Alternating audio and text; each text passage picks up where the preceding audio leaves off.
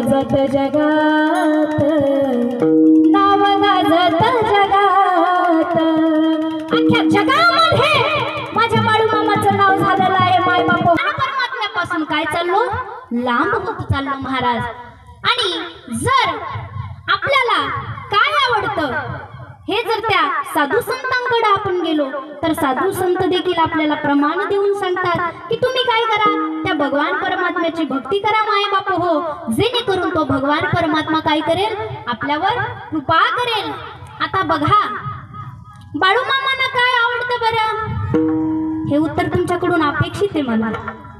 बाळू मामांना काय आवडतं? बाळू मामा वैद वैद वैद, बाळू मामा वैद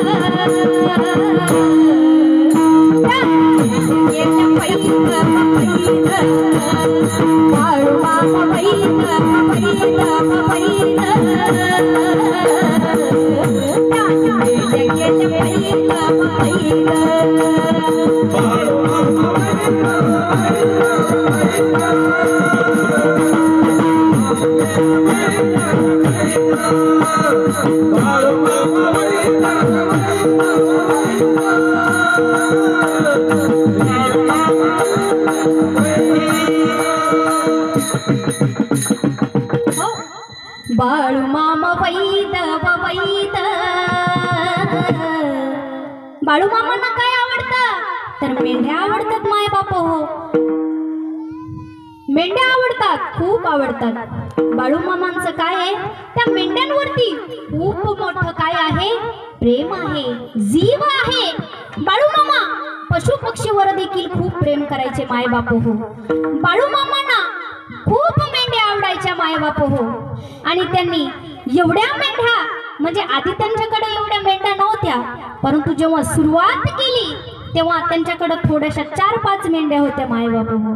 तिथून त्यांनी सुरुवात केली आणि तिथून सुरुवात केल्याच्या नंतर हळूहळू हळूहळू त्या काय झाल्या, वाढत चालल्या। आता हा इंटरनेटचा जमाना आहे, आपल्याला काय आवडतं, मोबाईल। परंतु बाळू मामांना वाटलं आता आपण रिकामं बसलोय, आपल्याला काहीतरी कुठंतरी वेळ घालायचा आहे, रिकामं बसण्यापेक्षा काहीतरी करू, म्हणून त्यांनी मेंढ्या पाळण्याचं काम केलं। आणि फक्त मेंढ्या पाळल्या नाही तर ज्यांना भूतबाधा वगैरे होत होत्या ते देखील त्यांनी दूर केले माय बाप हो। एकदा झालं असं की साधू संत असे जात होते, साधू संत तिथून जात असताना बाळू मामांची आणि त्या साधू संतांची भेट झाली। भेट झाल्याच्या नंतर त्या साधू संतांना खूप तहान लागली होती आणि तहान लागल्याच्या नंतर ते साधू संतांनी त्यांना सांगितलं की बाळा, तेव्हा बाळू मामा छोटे होते, त्याला सांगितलं आम्हाला खूप तहान लागली। बाळू मामांनी मागचा पुढचा काहीच विचार केला नाही आणि तिथं एक खूप खोल विहीर होती। बाळू मामांनी लगेच त्या विहिरीमध्ये खोल पाण्यामध्ये गेले आणि तिथून पाणी काढून त्या साधू संतांना दिलं आणि साधू संतांना देऊन त्यांना तृप्त केले। तृप्त झाल्याच्या नंतर साधू संतांनी त्या बाळू मामांना आशीर्वाद दिला। काय आशीर्वाद दिला की तुम्ही जे भी म्हणाल ते काय होईल, खरं होईल। माझा हा शब्द आहे, साधूचा शब्द आहे माय बाप हो। साधूचा शब्द कधी खोटा जात नसतो, कधी खोटा ठरत नसतो। बाळू मामांना साधू संतांनी आशीर्वाद दिला, अरे एवढ्या उन्हातानामध्ये तू एवढ्या खोल विहिरीमध्ये जाऊन आमची तहान भागवली, तुला म्हणे आमचा आशीर्वाद आहे, तू जे काय म्हणशील तुझ्या तोंडातून शब्द जाणं आणि ते खरं होणं हे मात्र निश्चित आहे, असा आशीर्वाद त्या साधू संतांनी दिलं। आणि ते दिल्याच्या नंतर मग असंच झालं माय बाप हो। आज देखील तुम्ही बघा त्या बाळू मामाच्या खांबाजवळ जर तुम्ही गेलात, त्या खांबाला गोल एक रिंगण, एक चक्कर जरी मारलात तरी काय होते, भूतबाधा दूर होते। आणि जेव्हा बाळू मामा होते तेव्हा देखील त्यांनी खूप जणांचं काय केलं, दुःख दूर केलं। बाळू मामांना हेच आवडायचं, त्यांना काय आवडायचं, जे लोक दुःखी आहेत त्यांना सुखी करण्याचं ते काम करायचे। जे दुःखी माणसं आहेत ते कसे सुखी होतील हा त्यांचा प्रयत्न चालू असायचा। याच्यामध्येच त्या मामांना समाधान वाटायचं। आणि मामाला मामा ही पदवी कशी मिळाली माहितीये का तुम्हाला? आता बाळू मामा छोटे असताना कुठं शिक्षणासाठी म्हणा कुठं गेले, बहिणीच्या घरी। बहिणीच्या घरी गेल्याच्या नंतर बहिणीचे मुलं बाळू मामांना काय भाची काय म्हणायचे?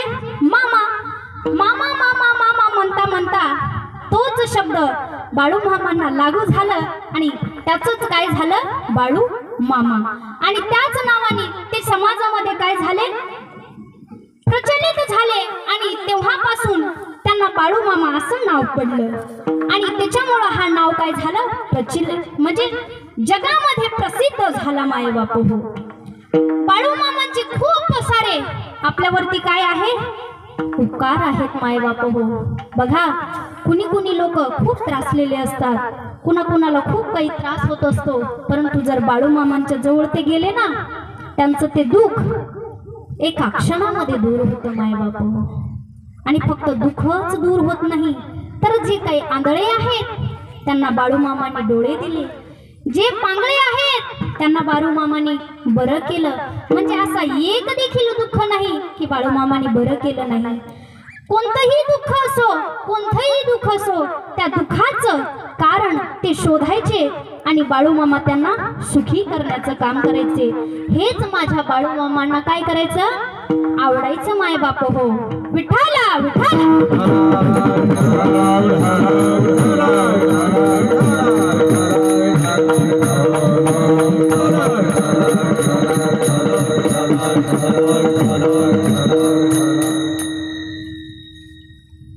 तर शांती ब्रह्म एकनाथ महाराज अभंगाच्या पहिल्या चरणामध्ये सांगतात,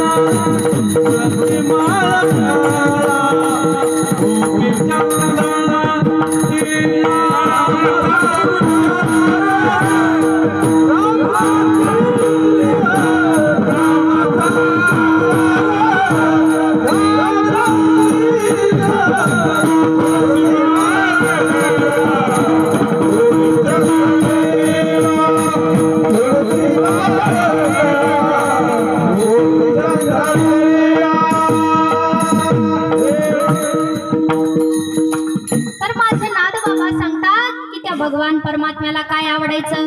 तर आवडे देवासी तो ऐका प्रकार, नामाचा उच्चार रात्रंदिवस. आता नामाचा उच्चार रात्र आणि दिवस सांगितलंय बाय बापू. मग तुम्ही म्हणाल झोपायचंच नाही का? झोपायचंच नाही का? रात्रंदिवस म्हणल्याच्या नंतर झोपायचं कधी? तर त्याचा अर्थ असं नाही माय बाप हो. शांतीब्रह्म एकनाथ महाराज असं सांगतात की तुम्ही काहीही करा, परंतु त्या भगवान परमात्म्याला विसरू नका. तुम्ही काम करता करता देखील त्या भगवान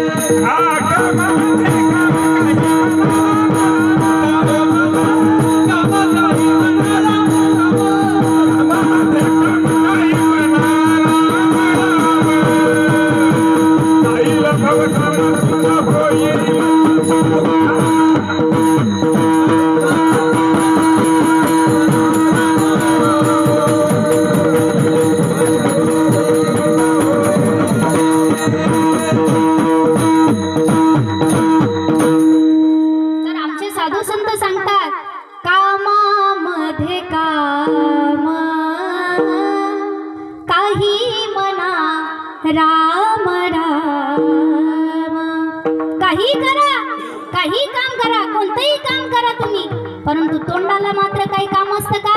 नाही. तोंडाने त्या भगवान परमात्म्याचं नामस्मरण करा. काय करा? नामस्मरण करा. म्हणजे तुम्ही नामस्मरण जर केलात तर मग तो सदैव, तो देव, तो भगवान, तो पांडुरंग परमात्मा तुमच्यावर कृपा केल्याशिवाय राहणार नाही.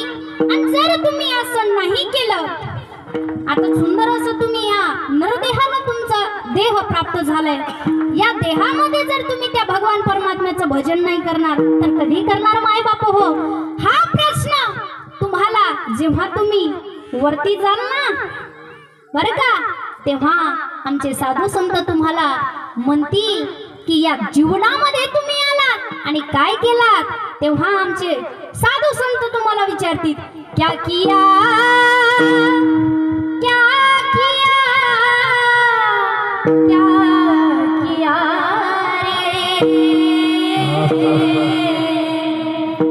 तूने जीवन गवा दिया, क्या किया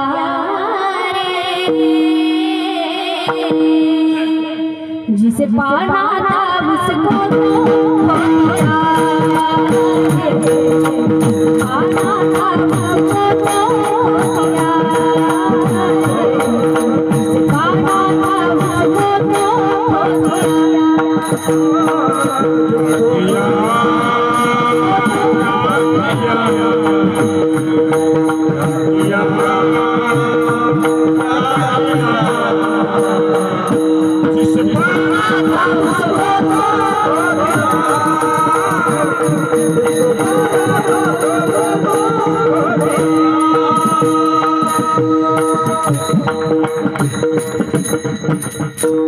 आमचे साधू संत सांगतील की क्या किया, क्या किया, क्या किया रे.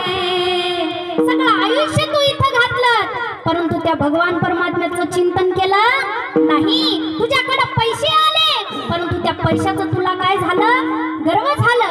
पैसों के खातिर करता मिलावट, एक ही ओरने की को छोड़ दिया. पैशामुळे महाबाप हो आज लोक दुधामध्ये पाणी टाकतात नाही का? कशामुळं? की पैसा येईल. परंतु त्या दुधामध्ये पाणी किती टाकलं तरी तुम्हाला किती मोबदला मिळेल? लईत लई 100-200चा तुम्हाला फायदा होईल. परंतु चांगलं जर दूध तुम्ही विकलात ना तर माझा भगवान परमात्मा तुम्हाला मोबदला देईल माय बाप. त्याच्यासाठी काय करायचं? जे चांगलं आहे तेच करायचं.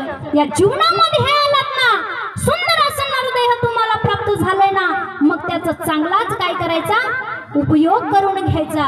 नाहीतर या देहामध्ये तुम्ही आलात आणि काहीच केलं नाही तर पुन्हा साधू संत सांगतात, अरे देवाने माणूस म्हणून जगी तुला पाठवलं, तुला देव नाही आठवलं.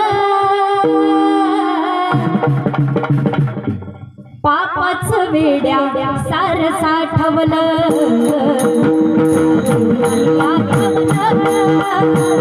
पापाचं वेड्या सार साठवलं.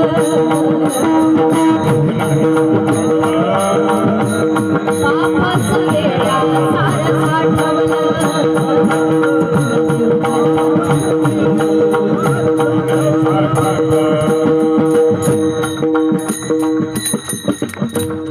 तो भगवान परमात्मा आपल्याला विचारेल, तुला नरदेहामध्ये टाकलं होतं, मग तू काय केलं? तर तुला देव नाही आठवलं,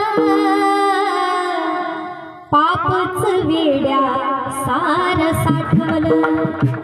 आपण या देहामध्ये आलं, परंतु त्याचा उपयोग चांगल्यासाठी करून घ्यायचं माय बाप हो, ते आपल्याकडे आहे. आणि जर असं नाही केलं तर मग आपल्याला काय करावं लागेल? ते दुःख भोगावं लागेल. मग आपल्याला सुखाची प्राप्ती होणार का? नाही. आणि फक्त एवढंच करून चालणार आहे का? तर नाही. आमचे शांती ब्रह्म एकनाथ महाराज अभंगाच्या दुसऱ्या चरणात म्हणतात, गोपी चंदन तुळसी माळ गोपी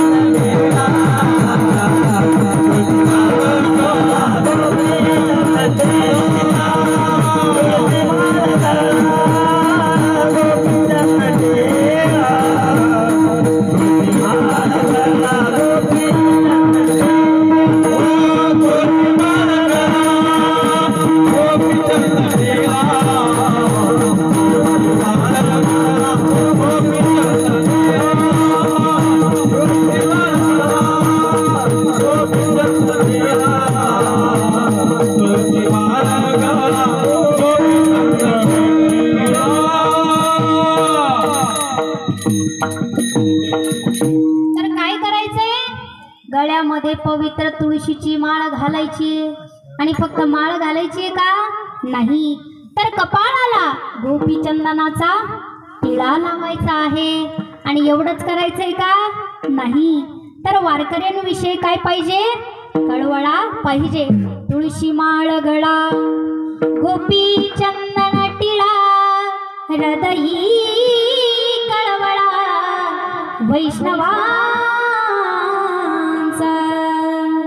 मग काय करायचंय माय बाबा हो गळ्यामध्ये पवित्र तुळशीची माळ घालायची. आता बघा लग्न ठरलं माय बाबा हो नाही का महिला मंडळ लग्न झालं तर गळ्यामध्ये काय घालता तुम्ही हा तुळशीची माळ घालता का लग्नामध्ये काय घालतात डोरलं डोरलं कळलं का आता हा ते आपलं काय आहे लायसन नाही का हा थोड्या हसा तुम्ही कॅमेऱ्यात दिसतायत. हा लग्न झाल्याच्या नंतर आपण गळ्यामध्ये मंगळसूत्र घालतो. मंगळसूत्र घालायच्या नंतर काय होतं आपण म्हणजे लग्न झालं असं गृहीत होतं महाराज. आणि जे लग्न झाल्याच्या नंतर आपण कशामुळे ओळखू येतो गळ्यामध्ये मंगळसूत्र आहे म्हणून आपलं लग्न झालंय हे समजतं. पायामध्ये जोडवे ह्याच्यामुळे पण लग्न झालंय हे गृहीत धरलं जातं किंवा समजतं. कपाळाला काय लावतो आपण कुंकू लावतो ना महाराज. हा कुंकू लावल्यामुळे काय होतं लग्न झालंय हे ओळखू येतं. पण आता तुम्ही म्हणाल आवताई तुम्ही काय फक्त आमच्यासाठीच आल्या का इथं का बरं आमच्या मागे लागल्या नाही का. बघा आता हे झालं सौभाग्यवती चालली नाही का. आता महिला मंडळ कशावरून ओळखू येतात लग्न झालं म्हणून गळ्यामध्ये डोरलं आहे कपाळाला कुंकू आहे अजून पायामध्ये जोडवे आहे. परंतु पुरुष मंडळीकडे काय आहे हा काय आहे तुमच्याकडं हे ओळखूच येत नाहीत माय बाप हो. हा परंतु ऐका आपल्या गळ्यामध्ये जे डोरलंय ते आपलं लायसन कार्ड आहे नाही का. आणि त्या भगवान पांडुरंग परमात्म्याला जर आपलंसं करायचं असेल तर त्याच्यासाठी एकच लायसन कार्ड, ते म्हणजे पवित्र तुळशीची माळ. जो व्यक्ती पवित्र तुळशीची माळ धारण करतो म्हणजे तो काय झाला, पक्का वारकरी आणि नितांत त्या भगवान परमात्म्याचा दास. हा तर ऐका, तुळशी माळेचं महत्व ऐका आधी. तुळशी माळ का धारण करायची? एक व्यक्ती होता, जंगलामध्ये चालला होता. जंगलामध्ये जाता जाता तो गाडी बैलावर जात होता बरं का. गाडी बैलावर जात असताना झालं असं, मायबाप हो, त्या गाडी बैलावरून जात असताना तिथं अजून एक दुसरा व्यक्ती त्या जंगलामध्ये उभा होता आणि तो व्यक्ती चोरटा होता. कोण? तो चोऱ्या करायचा. परंतु तो हुशार चोर होता. हुशार म्हणल्यापेक्षा तो भक्त होता, देवाचा भक्त होता. तो चोऱ्या कोणाचा करायचा माहितीये का? कोणी असो त्याला लुटायचा, परंतु ज्याच्या गळ्यामध्ये तुळशीची माळ आहे त्याला तो हात लावायचा नाही मायबापू, त्याला सोडून द्यायचा. हा त्याचा नित्यनेम होता, म्हणजे चांगला चोर होता. एक दिवशी झालं असं, त्याला साक्षात भगवान परमात्माच काय झालं, भेटल्याच्या नंतर तो गाडीवाला येत होता तिकडून. त्याला त्यांनी सांगितलं की आता हा जो गाडीवाला येणार आहे ह्याचा जीव म्हणे आता यमदूत घेऊन जाणार आहे. आणि ह्याला असं तळमळ चालू झाली मायबाबा. याला वाटलं तुम्ही मला सांगितलं ना, मी त्या गाडीवाल्याला सांगेन वाचवून त्याला. मग ते म्हणले ठीक आहे, वाचून बघ. भगवंताची माया आहे. आता ते पुढं आले, गाडीवाला पुढं आल्याच्या नंतर झालं असं मायबाप हो, त्या गाडी बैलाचा जो बैल होता त्या बैलाचा जू पडला, म्हणजे गळ्यामधून जू खाली पडला. जू खाली पडल्याच्या नंतर तो गाडीवाला गाडीतून खाली उतरल्याच्या नंतर तो जू त्यांनी त्यांच्या म्हणजे त्या बैलाच्या मानेवर टाकल्याच्या नंतर झालं असं, त्या बैलाने त्याला काय केलं, थोडंसं असं ढकलल्यामुळे तो खाली पडल्याच्या नंतर तिथं यमदूत आले त्याचा प्राण घेण्यासाठी. यमदूत आले, बघितलं त्याला खाली पडलेलं, पुन्हा निघून गेले. आता हा बघत होता सगळा पुढचा. त्यांनी सांगितलं अरे तुम्ही तर ह्याला घेऊन जाणार होते म्हणे, आता ह्याला कसं काय घेऊन नाही गेले? मग ते यमदूत म्हणतात अरे बाबा आता हा आमचा गिराईक नाही राहिला. ते म्हणले का? तर म्हणले बघ म्हणे त्याच्या खाली काय आहे. ते म्हणलं काय? तो जिथं पडलाय ना म्हणे, जिथं तो ज्या जागेवर खाली पडलाय त्या जागेवर म्हणे खाली तुळशीचं रोपटय. काय? तुळशीचं रोपटय, त्याच्यावर तो पडलाय. म्हणून आता आम्ही ह्याला घेऊन जाऊ शकत नाही. याला भगवान परमात्म्याचे पार्षद येतील, विष्णुदूत येतील आणि ह्याला घेऊन स्वर्गात जातील महाराज, असं सांगितलं. मग हे कशाचं महत्व आहे? तुळशीच्या रोपट्याचं. आणि आपण जी गळ्यामध्ये माळ घालतो ती कशाची घालतो? तुळशीची. मग ती एवढी पवित्र आहे म्हणून काय करायचं, पवित्र तुळशीची माळ गळ्यामध्ये घालायची.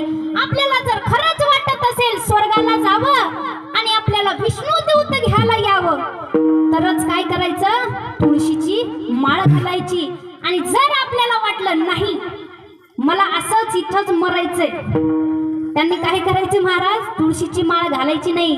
त्यांना जे करायचं ते, मी पुढचं काही बोलत नाही. आणि ते जर मेले, ज्यांनी तुळशीची माळ घातली नाही आणि ते जर मेले तर त्यांच्या तोंडामध्ये तुळशीचा पाला देखील घालू नये महाराज.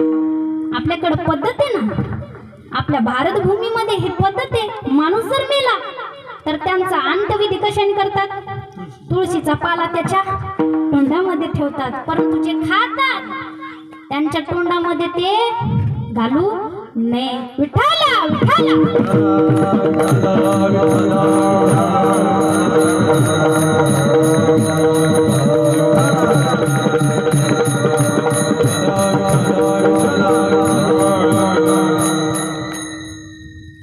मग किती महत्व आहे त्या तुळशीच्या माळेला.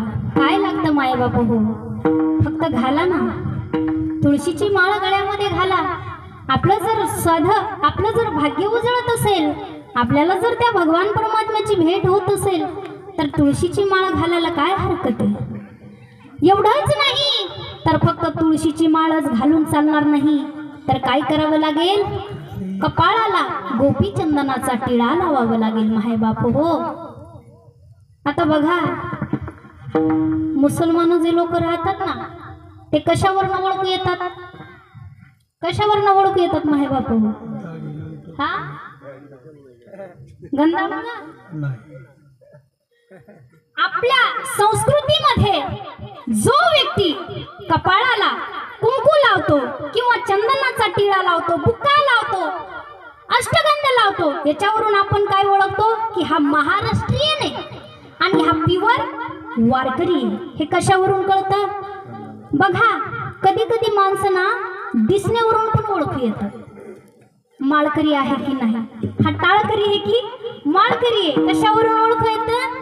त्यांच्या हावभाव, त्यांच्या पोशाखावरून. आता प्युअर वारकरी असला तर ते काय करतात?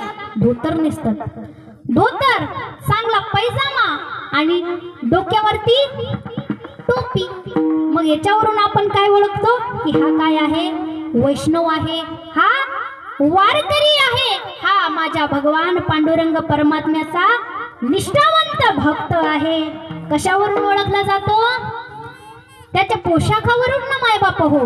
म्हणून काय करायचं? कपाळाला गोपीचंदनाचा टिळा लावायचा. आणि हे बघा, गोपीचंदनाचा जर तुम्ही टिळा लावला त्याचा फायदा सांगते तुम्हाला काय. आपलं जे हे कपाळ आहे ना, त्याच्यावरती जेव्हा आपलं जन्म होतो, जन्म 3 दिवस झाले ना आपल्याला, 3 दिवस झाल्याच्या नंतर ती सटवी असते ना, ती आपल्या कपाळावरती आपलं काय लिहायला येते? काय काय लिहायला येते? हा हा, कर्म. ते आपले सगळे कर्म लिहायला येते महाराज. आपल्या भविष्यामध्ये काय होणार आहे पुढं, ती त्याच तिसऱ्याच दिवशी सगळे लिहून जाते महाराज त्या कपाळावरती. आणि त्या कपाळावरती ती आपलं सगळं भाग्य लिहून जाते. तेव्हा त्या कपाळावरती जर आपण गोपीचंदनाचा टिळा लावला तर तो कपाळावरचा जो लिहिलेला लेखा आहे ना माय बाप हो, ते बदलण्याचं काम हा चंदन शीतल असतो माय बाप हो, तो करत असतो. आणि एवढाच नाही, या कपाळावरती आपण जर बाळू मामाचा भंडारा लावला तर त्या भंडाऱ्यामध्ये जर एवढी ताकद आहे की आपल्या नशिबामध्ये जे काही वाईट घडणार आहे ते सुधारण्याचं काम हा भंडारा करत असतो माय बाप हो. या भंडाऱ्यामध्ये एवढी ताकद आहे, ती जर आपण कपाळावरती लावली तर आपलं भाग्याचं उदय झाल्याशिवाय राहणार नाही, आपलं नशीब बदलल्याशिवाय राहणार नाही. म्हणून कपाळावरती काय लावायचं? गंध लावायचा, भंडारा लावायचा आणि काय लावायचं? शीतल चंदन लावायचं. चंदन शीतल असतं माय बाप हो. जर कपाळावरती लावलं तर तो आपल्याला शीतल करण्याचं काम करतो. कारण की मनुष्याची बुद्धी खूप चंचल असते. मनुष्याची बुद्धी इकडं तिकडं इकडं तिकडं इकडं तिकडं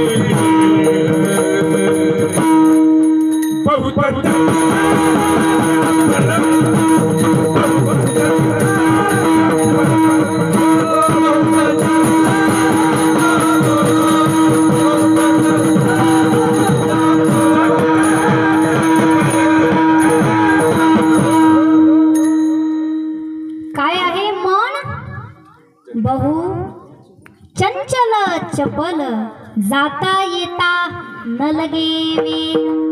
त्या मनाला जाण्यासाठी एवढा देखील क्षण लागत नाही माय बाप हो. म्हणून त्याला जर सावरायचं असेल तर काय करायचं? गोपीचंदनाचा टिळा लावायचा. आता बघा, मन कसं चंचल आहे, कसं चपल आहे, बघायचं का तुम्हाला? बघा. पण हे बघा, आपण जे काही करतो आणि जिथं करतो ते त्याला तिथंच भोगावं लागतं. बघा, एक व्यक्ती रस्त्याने जात होता. जाता जाता, आता कशाचं सीझन चालू आहे माया बाप हो, आंब्याचं नाही का. आंबे आलीत की नाही इकडं, खाल्ले की नाही कुणी?